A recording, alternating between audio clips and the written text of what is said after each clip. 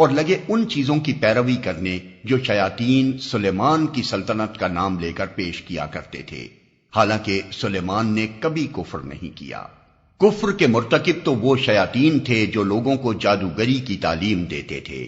وہ پیچھے پڑے اس چیز کے جو بابل میں 2 فرشتوں ہاروت و ماروت پر نازل کی گئی تھی، حالانکہ وہ فرشتے جب بھی کسی کو اس کی تعلیم دیتے تھے تو پہلے صاف طور پر متنبہ کر دیا کرتے تھے کہ دیکھ، ہم محض ایک آزمائش ہیں، تو کفر میں مبتلا نہ ہو۔ پھر بھی یہ لوگ ان سے وہ چیز سیکھتے تھے جس سے شوہر اور بیوی میں جدائی ڈال دیں۔ ظاہر تھا کہ اذن الہی کے بغیر وہ اس ذریعے سے کسی کو بھی ضرر نہ پہنچا سکتے تھے، مگر اس کے باوجود وہ ایسی چیز سیکھتے تھے جو خود ان کے لیے نفع بخش نہیں بلکہ نقصان دہ تھی، اور انہیں خوب معلوم تھا کہ جو اس چیز کا خریدار بنا اس کے لیے آخرت میں کوئی حصہ نہیں۔ کتنی بری متاع تھی جس کے بدلے انہوں نے اپنی جانوں کو بیچ ڈالا، کاش انہیں معلوم ہوتا۔ جو شیاطین سلیمان کی سلطنت کا نام لے کر پیش کیا کرتے تھے۔ شیاطین سے مراد شیاطین جن اور شیاطین انس دونوں ہو سکتے ہیں، اور وہ دونوں ہی یہاں مراد ہیں۔ جب بنی اسرائیل پر اخلاقی و مادی انحطاط کا دور آیا اور غلامی، جہالت، نکبت و افلاس اور ذلت و پستی نے ان کے اندر کوئی بلند حوصلگی و اولو العزمی باقی نہ چھوڑی، تو ان کی توجہات جادو، ٹونے اور طلسمات و عملیات اور تعویذ گنڈوں کی طرف مبذول ہونے لگیں۔ وہ ایسی تدبیریں ڈھونڈنے لگے جن سے کسی مشقت اور جد و جہد کے بغیر محض پھونکوں اور منتروں کے زور پر سارے کام بن جایا کریں۔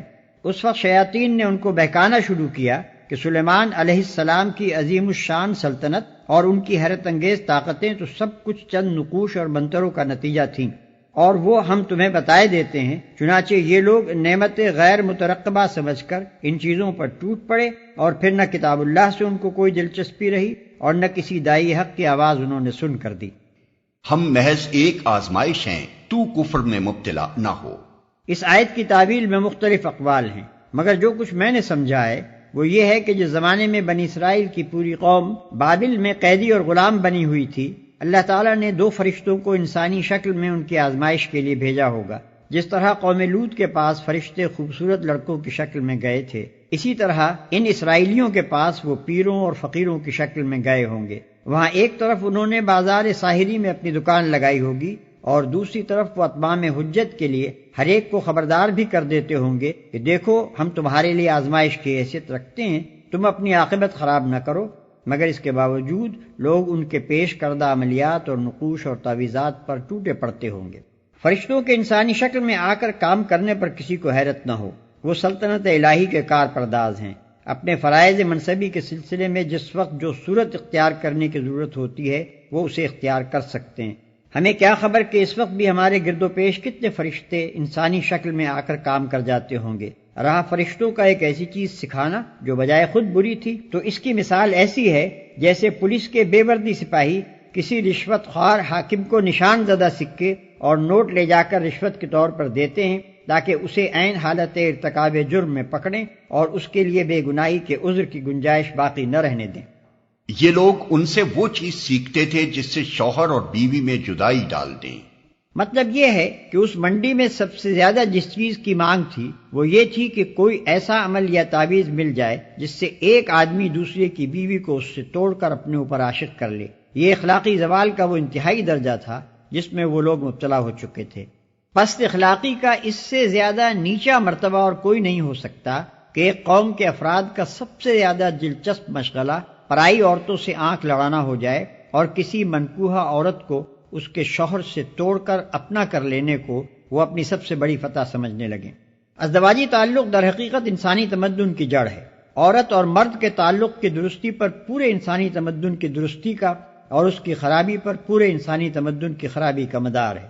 لہذا وہ شخص بدترین مفسد ہے جو اس درخت کی جڑ پر تیشہ چلاتا ہو جس کے قیام پر خود اس کا اور پوری سوسائٹی کا قیام منحصر ہے۔ حدیث میں آتا ہے کہ ابلیس اپنے مرکز سے زمین کے ہر گوشے میں اپنے ایجنٹ روانہ کرتا ہے، پھر وہ ایجنٹ واپس آ کر اپنی اپنی کارروائیاں سناتے ہیں۔ کوئی کہتا ہے میں نے فلاں فتنہ برپا کیا، کوئی کہتا ہے میں نے فلاں شر کھڑا کیا، مگر ابلیس ہر ایک سے کہتا جاتا ہے کہ تو نے کچھ نہ کیا۔ پھر ایک آتا ہے اور اطلاع دیتا ہے کہ میں ایک عورت اور اس کے شوہر میں جدائی ڈال آیا ہوں، کہ سن کر ابلیس اس کو گلے لگا لیتا ہے اور کہتا ہے کہ تو کام کر کے آیا ہے۔ اس حدیث پر غور کرنے سے یہ بات اچھی طرح سمجھ میں آ جاتی ہے کہ بنی اسرائیل کی آزمائش کو جو فرشتے بھیجے گئے تھے انہیں کیوں حکم دیا گیا کہ عورت اور مرد کے درمیان جدائی ڈالنے کا عمل ان کے سامنے پیش کریں۔ دراصل یہی ایک ایسا پیمانہ تھا جس سے ان کے اخلاقی زوال کو ٹھیک ٹھیک ناپا جا سکتا تھا۔ اگر وہ ایمان اور تقوی اختیار کرتے تو اللہ کے ہاں اس کا جو بدلہ ملتا وہ ان کے لیے زیادہ بہتر تھا، کاش انہیں خبر ہوتی۔ اے لوگو جو ایمان لائے ہو، رائنا نہ کہا کرو بلکہ انظر نہ کہو اور توجہ سے بات کو سنو، یہ کافر تو عذاب علیم کے مستحق ہیں۔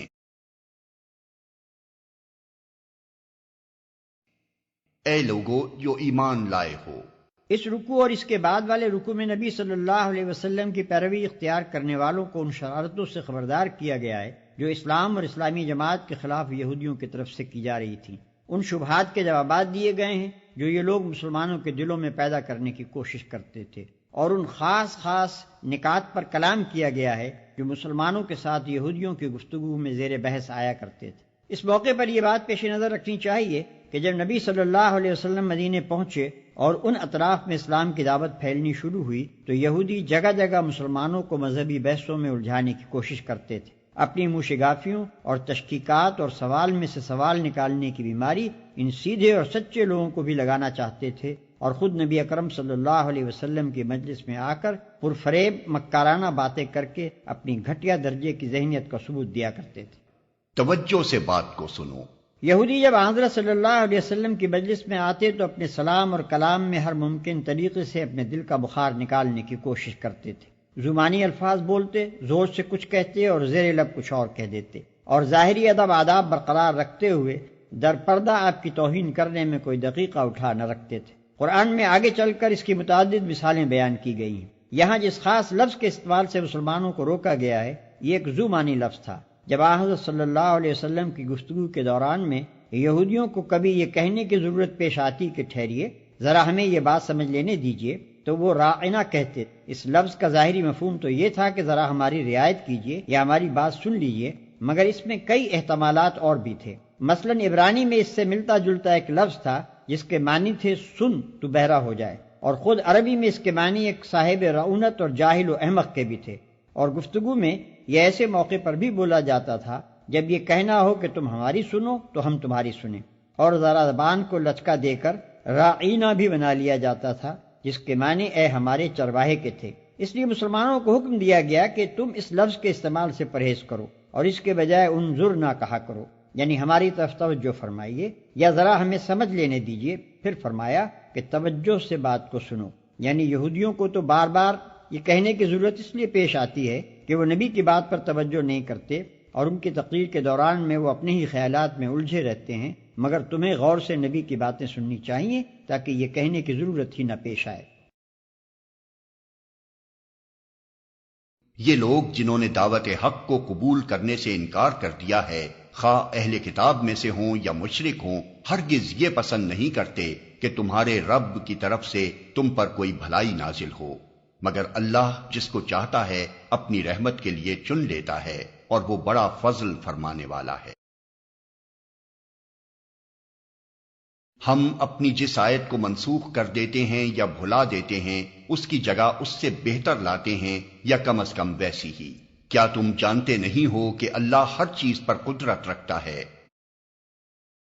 یہ ایک خاص شبہ کا جواب ہے جو یہودی مسلمانوں کے دلوں میں ڈالنے کی کوشش کرتے تھے۔ ان کا اعتراض یہ تھا کہ اگر پچھلی کتابیں بھی خدا کی طرف سے آئی تھیں اور یہ قرآن بھی خدا کی طرف سے ہے تو ان کے بعد احکام کی جگہ اس میں دوسرے احکام کیوں دیے گئے ہیں؟ ایک ہی خدا کی طرف سے مختلف وقتوں میں مختلف احکام کیسے ہو سکتے ہیں؟ پھر تمہارا قرآن یہ دعویٰ کرتا ہے کہ یہودی اور عیسائی اس تعلیم کے ایک حصے کو بھول گئے جو انہیں دی گئی تھی۔ آخر یہ کیسے ہو سکتا ہے کہ خدا کی دی ہوئی تعلیم اور وہ حافظوں سے محو ہو جائے؟ یہ ساری باتیں وہ تحقیق کی خاطر نہیں بلکہ اس لیے کرتے تھے کہ مسلمانوں کو قرآن کے من جانب اللہ ہونے میں شک ہو جائے۔ اس کے جواب میں اللہ تعالیٰ فرماتا ہے کہ میں مالک ہوں، میرے اختیارات غیر محدود ہیں، اپنے جس حکم کو چاہوں منسوخ کر دوں اور جس چیز کو چاہوں حافظوں سے محو کر دوں، مگر جس چیز کو میں منسوخ یا محو کرتا ہوں اس سے بہتر چیز اس کی جگہ پر لاتا ہوں، یا کم از کم وہ اپنے محل میں اتنی ہی مفید اور مناسب ہوتی ہے جتنی پہلی چیز اپنے محل میں تھی۔